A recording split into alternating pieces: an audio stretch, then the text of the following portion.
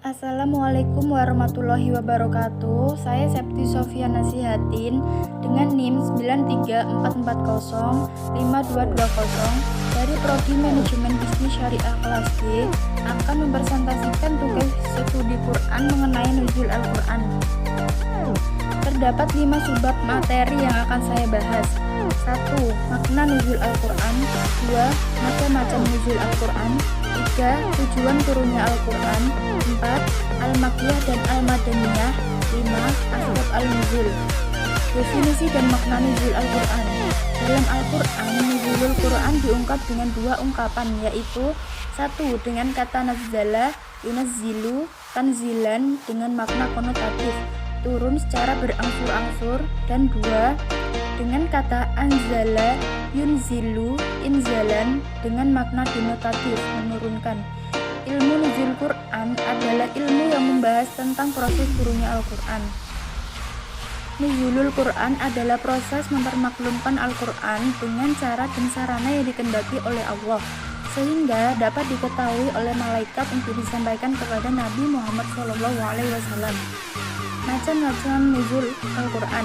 1. Ta'adud al-asbab wa al-nazil wahid. Beberapa sebab yang hanya melatar belakangi turunnya satu ayat atau wahyu. Terkadang wahyu turun untuk menanggapi beberapa peristiwa atau sebab. Misalnya turunnya Quran surah Al-Ikhlas 1-4. 2. Ta'adud an-nazil wa al-asbab wahid.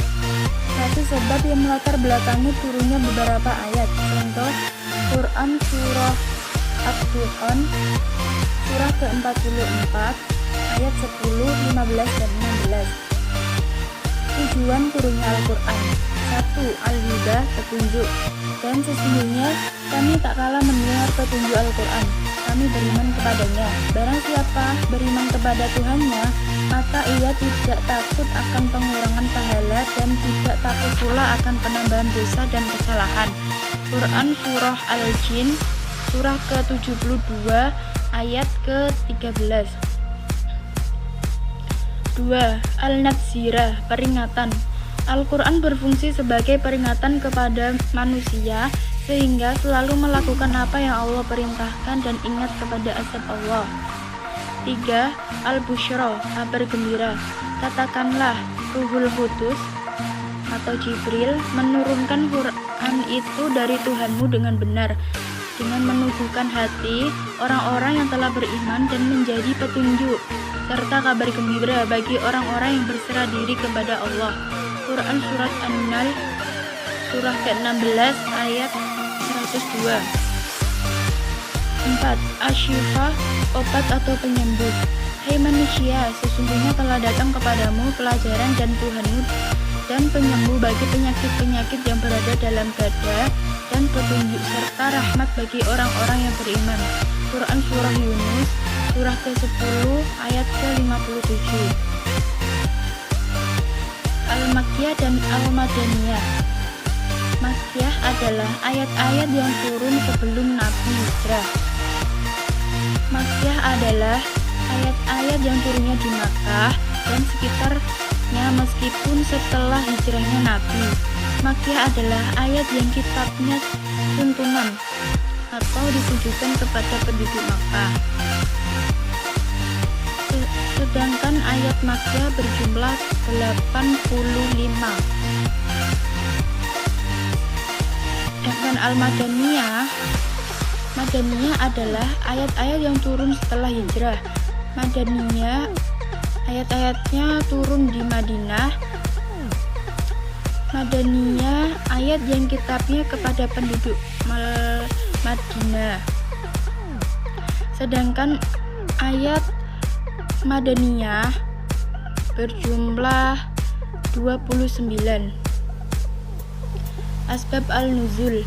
Asbab An-Nuzul merupakan bentuk idhofah dari kata asbab dan nuzul. Secara etimologi, asbab An-Nuzul adalah sebab-sebab yang melatar belakangi terjadinya sesuatu. Asbab An-Nuzul dalam pemakaiannya, ungkapan asbab An-Nuzul khusus dipergunakan untuk menyatakan sebab-sebab yang melatar belakangi turunnya Al-Quran. Urgensi atau kegunaan mengetahui asbab An-Nuzul. Seseorang dapat mengetahui hikmah di balik syariat yang diturunkan melalui sebab tertentu. Seseorang dapat mengetahui pelaku atau orang yang terlibat dalam peristiwa yang mendahului turunnya suatu ayat. Seseorang dapat menentukan apakah ayat mengandung pesan khusus atau umum dan dalam keadaan bagaimana ayat itu bisa diterapkan. Bagaimana mengetahui sebab turunnya ayat? Apakah ayat memiliki asbab al-nuzul? Tampaknya tidak ada cara lain untuk mengetahui asbab an-nuzul ayat kecuali dengan periwayatan sahih yang bersumber dari Rasulullah SAW atau sahabat. Bahkan para ulama menegaskan bahwa tidak bolehkan penjelasan tentang sebab-sebab turunnya ayat kecuali dengan periwayatan atau hikmah dari orang yang menyaksikan sebab turunnya ayat itu, seperti yang telah dijelaskan sebagaimana ayat-ayat yang diturunkan Allah memiliki asbab an-nuzul. Bagaimana ayat yang tidak diketahui atau tidak ada asbab al-nuzulnya? Dalam hal ini perlu dipahami sihah atau ungkapan-ungkapan tabirat yang mengandung informasi adanya sabab an-nuzul itu. Adapun sihah yang mengandung informasi asbab an-nuzul terbagi kepada sihah, syarihah, dan muhtamilah.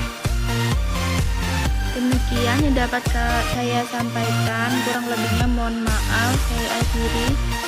Wassalamualaikum warahmatullahi wabarakatuh. Terima kasih.